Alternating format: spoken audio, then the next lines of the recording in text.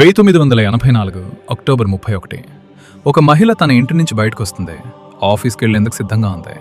అది చూసిన వాళ్ళకి అదొక సాధారణ ఉదయం లాగానే కనిపించింది. కానీ ఆ ఉదయం సాధారణం కాదు. ఇంటి నుంచి బయటికి రావడానికి కొన్ని క్షణాల ముందు ఆమె దగ్గరున్న ఒకరు చెప్పారు, మేడం దయచేసి బుల్లెట్ ప్రూఫ్ జాకెట్ వేసుకోండి. కానీ ఆమె తిరస్కరించింది. అవసరం లేదన్నట్టుగా ముందుకు నడిచింది. తోటలోంచి నెమ్మదిగా నడుస్తూ వెళ్ళింది. అది ఆమెకి తెలిసిన దారి. ఆమె కొత్తది కాదు. ఆమెతో నడుస్తున్న వారు కూడా కొత్తవారు కాదు. అక్కడ నిలబడి ఉన్న భద్రతా సిబ్బంది కూడా కొత్తవారు కాదు.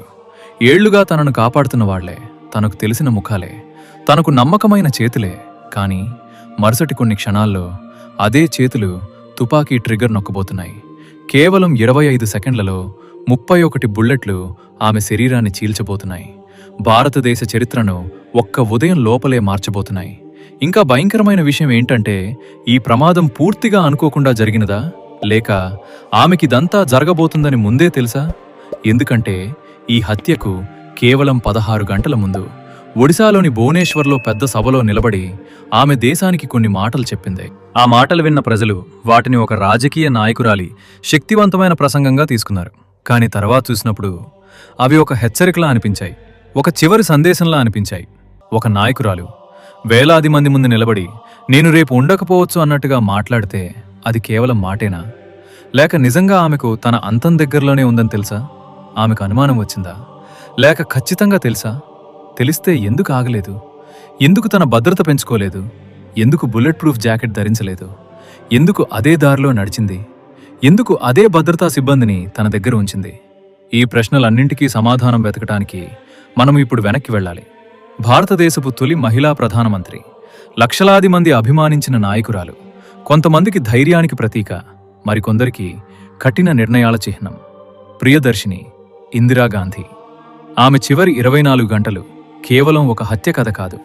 అది అధికారపు భారమేమిటో చెప్పే కథ. నమ్మకం ఎంత ఖరీదవుతుందో చూపించే కథ. రాజకీయ నిర్ణయాలు చివరికి వ్యక్తిగత ప్రాణాలపై ఎలా పడతాయో చెప్పే కథ. మరి ముఖ్యంగా చరిత్రల్లో చాలా పెద్ద పేర్ల వెనుక కూడా భయం, ఒంటరితనం, నిర్ణయాలు, తప్పులు ఇవన్నీ ఉంటాయని గుర్తు చేసే కథ.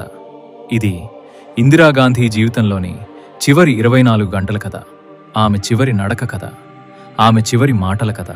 ఆమె మరణం చుట్టూ ఇంకా మిగిలి ఉన్న మర్మం కథ. ఇందిరాగాంధీ. ఈ పేరు కేవలం ఒక రాజకీయ నాయకురాలి పేరు కాదు. ఆమె ఒక శక్తి. ఒక నిర్ణయం తీసుకుంటే వెనక్కి తగ్గని నాయకురాలు. ఒక దేశాన్ని ముందుకు నడిపించిన మహిళ.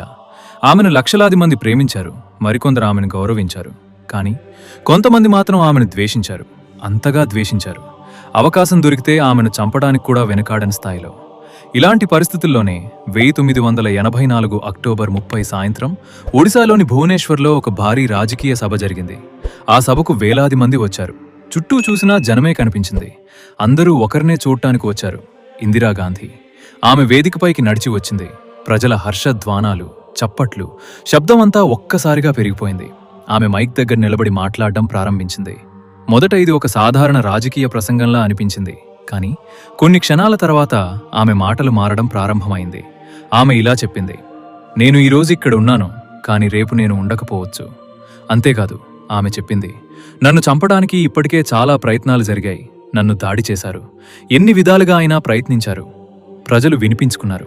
అవును, చప్పట్లు కొట్టారు. వాళ్ళకది ఒక ధైర్యవంతమైన ఒక శక్తివంతమైన రాజకీయ స్టేట్మెంట్ లాగా అనిపించింది. కానీ ఆమె అక్కడ ఆగలేదు, మరింత ముందుకు వెళ్ళింది.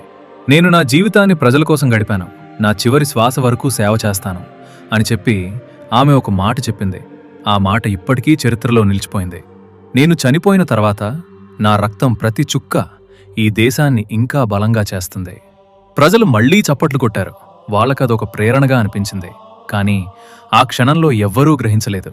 వాళ్ళు వినిపిస్తున్నది ఒక నాయకురాలి చివరి సందేశం అని, ఆమె చివరి మాటలు అని. ఒక నాయకురాలు వేల మంది ముందు నిలబడి తన మరణం గురించి ఇంత స్పష్టంగా మాట్లాడటం, అది కేవలం ఉపమానమా, లేక నిజంగానే ఆమెకి ఏదో జరగబోతుందని తెలుసా? ఆ రాత్రి ఆ సభ ముగిసిన తర్వాత ఇందిరాగాంధీ ఢిల్లీకి తిరిగి వెళ్ళింది. రాత్రి ఆలస్యంగా ఇంటికి చేరుకుంది. శరీరం అలసిపోయింది, కానీ మనసు మాత్రం ప్రశాంతంగా లేదు. నిద్ర పట్టలేదు. ఎందుకంటే ఆమె మనసులో ఒక ఆలోచన తిరుగుతోంది. ఏదో జరగబోతుంది. కానీ ఇది సాధారణ భయం కాదు. ఇది ఒక అనుమానం కాదు. ఇది ఒక స్పష్టమైన భావన, ఒక ఖచ్చితమైన అంచనా. మరి ఇక్కడే ఒక ముఖ్యమైన ప్రశ్న వస్తుంది. ఇది కేవలం ఒక రాజకీయ డ్రామా మాత్రమేనా, లేక నిజంగా ఆమెకు ప్రమాదం దగ్గరలోనే ఉందని తెలుసా?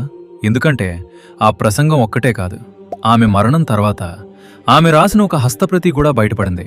ఆ నోట్లో ఆమె ఇలా రాసింది: నేను హింసాత్మకంగా చనిపోతే ఆ హింస నా మరణంలో ఉండదు, నన్ను చంపిన వారి ఆలోచనల్లో ఉంటుంది. అంటే ఆమెకు స్పష్టంగా తెలుసు, ఎవరో తనపై కుట్ర చేస్తున్నారని, ఎవరో తనను చంపాలని చూస్తున్నారని. ఇప్పుడు అసలు ప్రశ్న, ఎందుకు? ఒక దేశపు ప్రధాని మీద ఇంత ద్వేషం ఎందుకు? దానికి సమాధానం తెలుసుకోవాలంటే మనము కొన్ని నెలలు వెనక్కి వెళ్ళాలి. 1984 జూన్ నెలకి. అక్కడ తీసుకున్న ఒక నిర్ణయం ఆమె జీవితాన్ని శాశ్వతంగా మార్చింది. అదే operation blue star. Bhubaneswar, 1984 October 30 సాయంత్రం.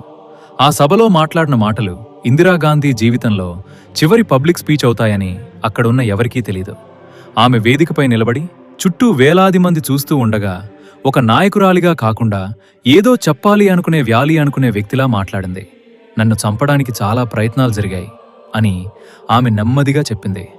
నన్ను కొట్టడానికి కూడా ప్రయత్నించారు, నన్ను దాడి చేశారు, ఇన్ని విధాలుగా అయినా నన్ను ఆపటానికి చూశారు. ప్రజలు వినిపించారు, కానీ వాళ్ళకిది కొత్త విషయం కాదు. ఇందిరాగాంధీ వంటి నాయకురాలు ఇలాంటి ప్రమాదాలను ఎదుర్కోవడం సాధారణమే అనుకున్నారు. అందుకే ఆమె చెప్పిన ప్రతి మాటకు చప్పట్లు కొట్టారు, ఆమె ధైర్యాన్ని ప్రశంసించారు. కానీ ఆమె మాటల్లో ఒక విచిత్రమైన ప్రశాంతత ఉంది. భయం కనిపించలేదు, అసహనం కనిపించలేదు, ఏదో అంగీకరించినట్టుగా మాట్లాడింది. ఆమె ఇలా చెప్పింది: నేను బ్రతికినా చనిపోయినా పోయినా నాకు పెద్దగా తేడా లేదు. ఇది ఒక సాధారణ నాయకుడు చెప్పే మాట కాదు, ఇది ఏదో తెలుసుకున్న వ్యక్తి మాట. ఇంకా ఆమె ముందుకు వెళ్ళింది: నేను నా జీవితాన్ని ప్రజల కోసం గడిపాను, చివరి శ్వాస వరకు సేవ చేస్తాను అని చెప్పి ఆమె తన చివరి వాక్యాలను చెప్పింది. నేను చనిపోయిన తర్వాత నా రక్తం ప్రతి చుక్క ఈ దేశాన్ని ఇంకా బలంగా చేస్తుంది. ఈ మాటలు వినగానే ప్రజలు ఉత్సాహంతో అరచారు. వాళ్లకిది ఒక ప్రేరణాత్మక ప్రసంగంలా అనిపించింది, ఒక నాయకురాలి ధైర్యంలా అనిపించింది. కానీ ఆ క్షణంలో వాళ్ళు గ్రహించని విషయం ఏంటంటే, అది ఒక వీడ్కోలు, ఒక చివరి సందేశం, ఒక దేశానికి చెప్పిన చివరి మాటలు. ఇప్పుడు ఒకసారి ఆలోచించండి, ఒక వ్యక్తి తన మరణం గురించి ఇంత స్పష్టంగా మాట్లాడటం అది కేవలం యాదృచ్ఛికమా, లేక నిజంగా ఆమెకి ఏదో జరగబోతుందని ముందే తెలుసా? ఎందుకంటే ఆ ప్రసంగం తర్వాత కూడా ఆమె ప్రవర్తనలో కొన్ని విషయాలు చాలా విచిత్రంగా కనిపించాయి. ఆమె దగ్గర వాళ్ళు చెప్పిన ప్రకారం ఆమె కొన్ని రోజులుగా తన మరణం గురించి మాట్లాడుతోంది, ప్రత్యేకంగా తన మనవడు రాహుల్ గాంధీతో. కొన్ని రోజుల ముందే ఆమె రాహుల్కి చెప్పింది, నేను లేనప్పుడు ఎలా ఉండాలి, ఏం చేయాలి అని. ఒక 14 ఏళ్ల పిల్లవాడికి ఇలాంటి మాటలు చెప్పడం అది సాధారణమా? ఇంకా ఆమె రాసిన ఒక హస్తప్రతి ఆమె మరణం తర్వాత బయటపడింది. ఆ నోట్లో ఆమె ఇలా రాసింది: నేను హింసాత్మకంగా చనిపోతే ఆ హింస నా మరణంలో ఉండదు, నన్ను చంపిన వారి మనసులో ఉంటుంది. ఈ మాటలు చాలా స్పష్టంగా చెప్తున్నాయి, ఆమెకు తెలుసు ఎవరో తనపై కుట్ర చేస్తున్నారు, ఎవరో తనను చంపాలని చూస్తున్నారు. ఇది కేవలం ఒక అనుమానం కాదు, ఇది ఒక ఖచ్చితమైన అంచనా. మరి ఇంత స్పష్టంగా తెలుసు కదా, అయితే ఎందుకు తనను తాను కాపాడుకోలేదు? ఎందుకు జాగ్రత్తలు తీసుకోలేదు? ఎందుకు అదే భద్రతా సిబ్బందిని తన దగ్గర ఉంచింది? ఈ ప్రశ్నలకి సమాధానం తెలుసుకోవాలంటే మనము ఇంకాస్త వెనక్కి వెళ్ళాలి. ఆమె తీసుకున్న ఒక నిర్ణయం దేశాన్ని మాత్రమే కాదు, ఆమె జీవితాన్ని కూడా మార్చింది. అదే నిర్ణయం ఆమెకు శత్రువులను సృష్టించింది. అదే ఆపరేషన్ బ్లూ స్టార్. ఈ కథను పూర్తిగా అర్థం చేసుకోవాలంటే మనము 1984 జూన్ నెలకి వెళ్ళాలి. కానీ నిజానికి ఈ కథ అక్కడ ప్రారంభం కాలేదు. ఇది ఇంకా కొన్ని సంవత్సరాల ముందే మొదలైంది. 1966లో పంజాబ్ రాష్ట్రం విభజించబడింది. హర్యానా అనే కొత్త రాష్ట్రం ఏర్పడింది. చండీగఢ్ అనే నగరం 2 రాష్ట్రాలకు సాధారణ రాజధానిగా మారింది. ఇక్కడ్నుంచే అసంతృప్తి మొదలైంది.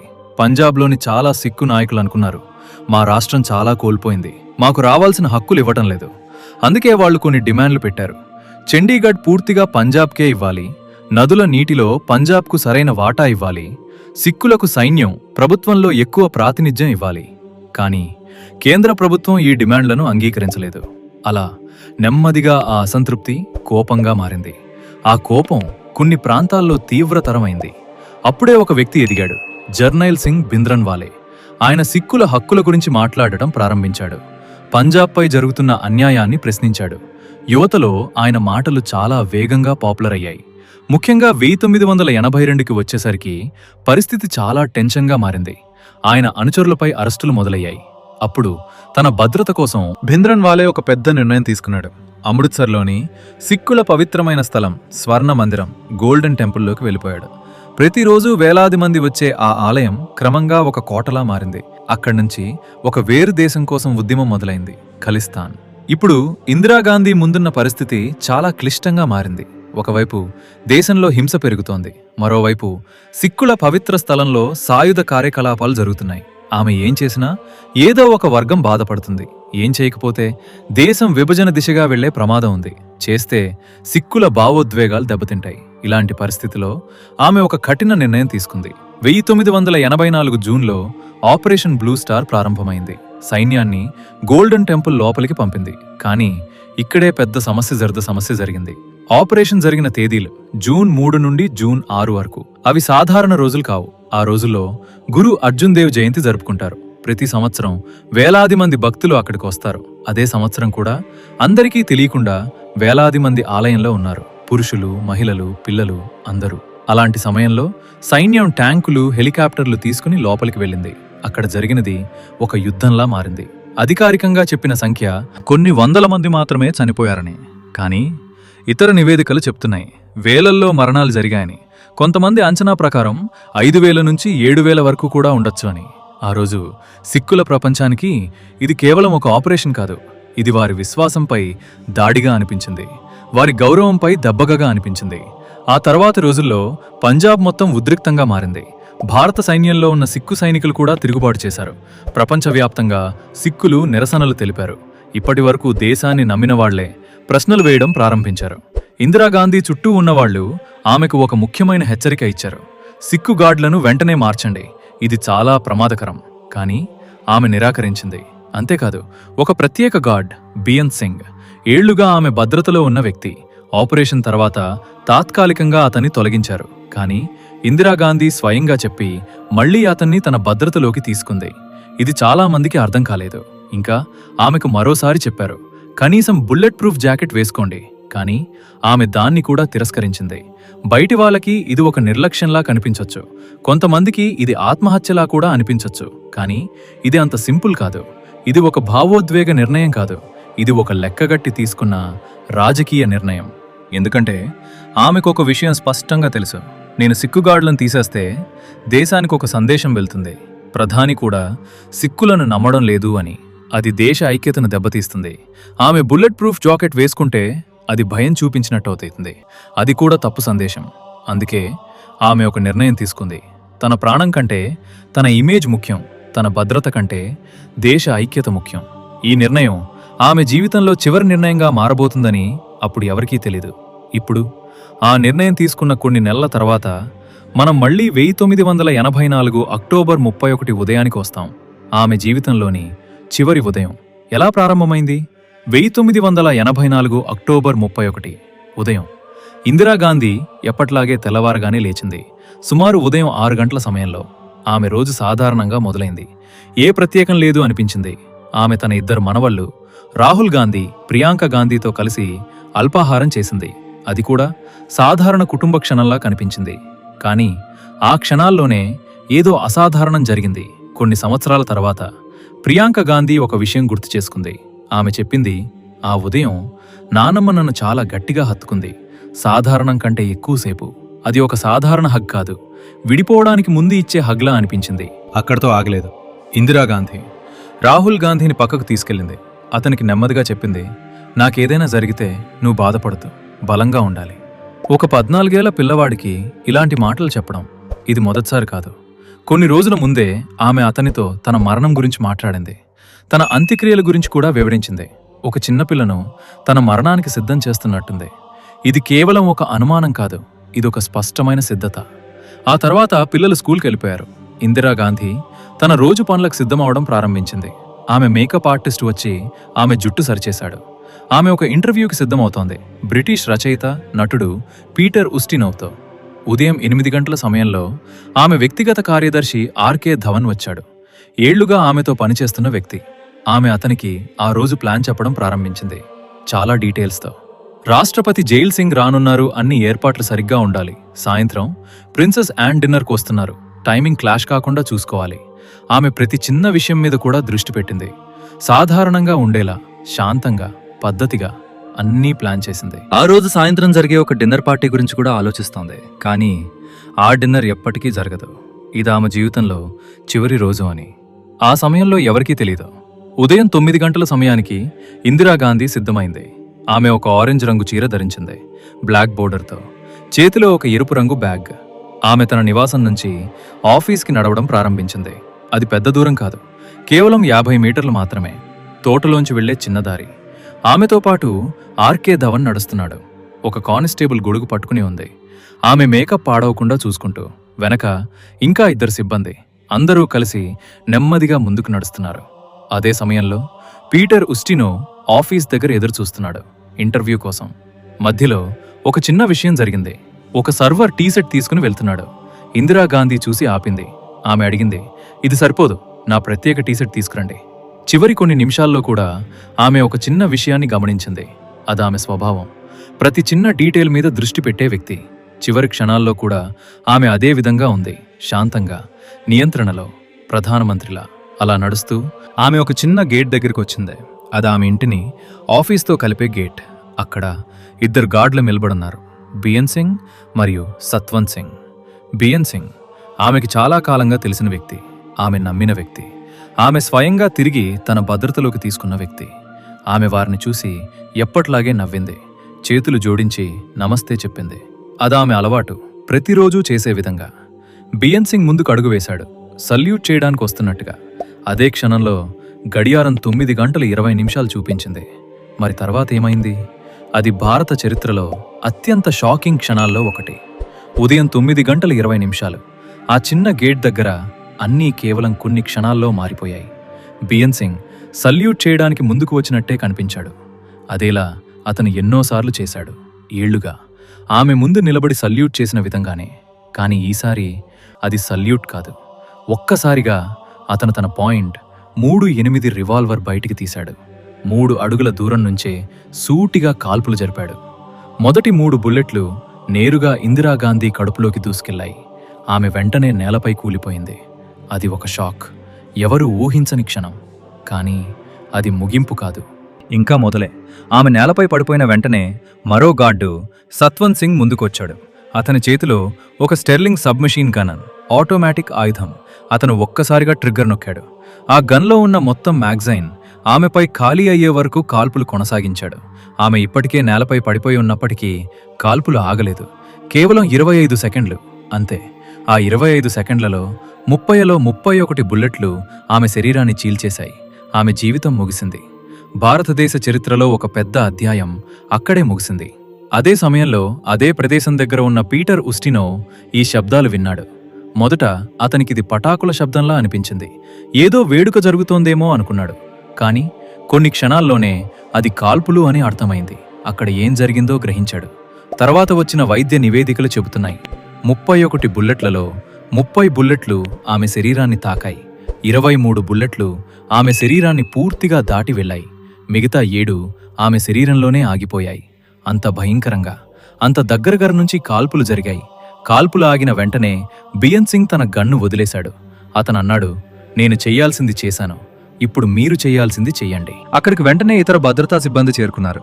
వాళ్ళిద్దరిని అదుపులోకి తీసుకున్నారు. బిఎన్ సింగ్ను అదే రోజు కాల్చి చంపారు. సత్వంత్ సింగ్ను అరెస్ట్ చేశారు. కొన్ని సంవత్సరాల తర్వాత అతనికి ఉరిశిక్ష అమలు చేశారు. ఇంతలో ఆర్కే ధవన్ మరియు ఇతర సిబ్బంది త్వరగా అక్కడికి చేరుకున్నారు. ఇందిరాగాంధీని ఎత్తుకుని అక్కడే ఉన్న ఒక అంబాసిడర్ కారులో పెట్టారు. ఆ సమయంలో సోనియా గాంధీ కూడా వచ్చి ఆమె తలని తన ఒడిలో పెట్టుకుని పట్టుకుంది. కారు వేగంగా బయలుదేరింది. గమ్యం ఎయిమ్స్ ఆసుపత్రి. ఉదయం 9 గంటల 30 నిమిషాలకి కాల్పుల తర్వాత కేవలం 10 నిమిషాల్లోనే ఆసుపత్రికి చేరుకున్నారు. కానీ అక్కడ జరిగినది ఇంకా షాకింగ్. ఇందిరాగాంధీని స్ట్రెచర్ మీద తీసుకువచ్చినప్పుడు డాక్టర్లు చూసిన క్షణంలోనే ఒక విషయం అర్థమైంది. ఆమెను కాపాడే అవకాశం లేదు. ఆమె అప్పటికే ప్రాణాలు కోల్పోయింది. ఆమె శరీరం పూర్తిగా నాశనమైంది. ఎంత ప్రయత్నించినా జీవితం తిరిగిరాదు. కానీ అక్కడితో కథ ముగియలేదు. అక్కడ్నుంచి మరో కథ ప్రారంభమైంది. రాజకీయాల అసలు ముఖం కనిపించే కథ. ఎయిమ్స్ ఆసుపత్రి. ఉదయం 9 గంటల 30 నిమిషాలు. ఇందిరాగాంధీని స్ట్రెచర్పై లోపలికి తీసుకొచ్చారు. అక్కడ ఉన్న డాక్టర్లు ఒక్కసారి చూసిన క్షణంలోనే ఒక విషయం అర్థమైంది. ఆమెను కాపాడడం అసాధ్యం. శరీరానికి జరిగిన నష్టం చాలా ఎక్కువ. హృదయ స్పందన లేదు, నాడి లేదు, జీవం లేదు. ఆమె అప్పటికే ప్రాణాలు కోల్పోయింది. ఆ రోజు డ్యూటీలో ఉన్న డైరెక్టర్ డాక్టర్ స్నేహా భార్గవ్. ఆమెకిది ఆ పదవిలో మొదటి రోజు. ఇందిరాగాంధీ స్వయంగా ఆమెను ఆ పదవికి నియమించింది. ఇప్పుడు అదే నాయకురాలి శరీరం ఆమె ముందే నిశ్చలంగా పడి ఉంది. ఆ క్షణం ఎంత విరుద్ధంగా ఉందో ఊహించండి. ఏళ్ల తర్వాత డాక్టర్ భార్గవ్ ఒక విషయం చెప్పింది. ఆమెను చూసిన క్షణంలోనే ఏమీ చేయలేమని నాకు అర్థమైంది. కానీ ఇక్కడ ఒక పెద్ద మలుపు వచ్చింది. డాక్టర్లకు ఒక ఆదేశం వచ్చింది. అది అభ్యర్థన కాదు, ఆదేశం. చికిత్స కొనసాగించండి. ఎందుకంటే ఆ సమయంలో రాజీవ్ గాంధీ ఢిల్లీలో లేరు. అతను పశ్చిమ బెంగాల్లో ఎన్నికల ప్రచారంలో ఉన్నాడు. ప్రభుత్వానికి సమయం కావాలి అతను ఢిల్లీకి రావడానికి, తదుపరి ప్రధానిగా బాధ్యతలు చేపట్టడానికి, దేశంలో అల్లర్లు రాకుండా ఉండటానికి. అందుకే నిజం వెంటనే బయటకు చెప్పలేకపోయారు. ప్రధాని మరణాన్ని ప్రకటించే ముందు తదుపరి ప్రధాని సిద్ధంగా ఉండాలి. అందుకే ఒక నిర్ణయం తీసుకున్నారు. డాక్టర్లు ఇప్పటికే ప్రాణాలు లేని శరీరంపై ఆపరేషన్ కొనసాగించారు. 1 కాదు, 2 కాదు, 5 గంటలు. అది ఒక చికిత్స కాదు, ఒక ప్రదర్శన, ఒక నాటకం. డాక్టర్లు ఆమెకి 80 బాటిళ్ల రక్తం ఎక్కించారు. అంత లోపల రక్తస్రావం జరిగింది. శరీరంలో నుంచి బుల్లెట్లు ఒక్కొక్కటిగా బయటపడుతున్నాయి.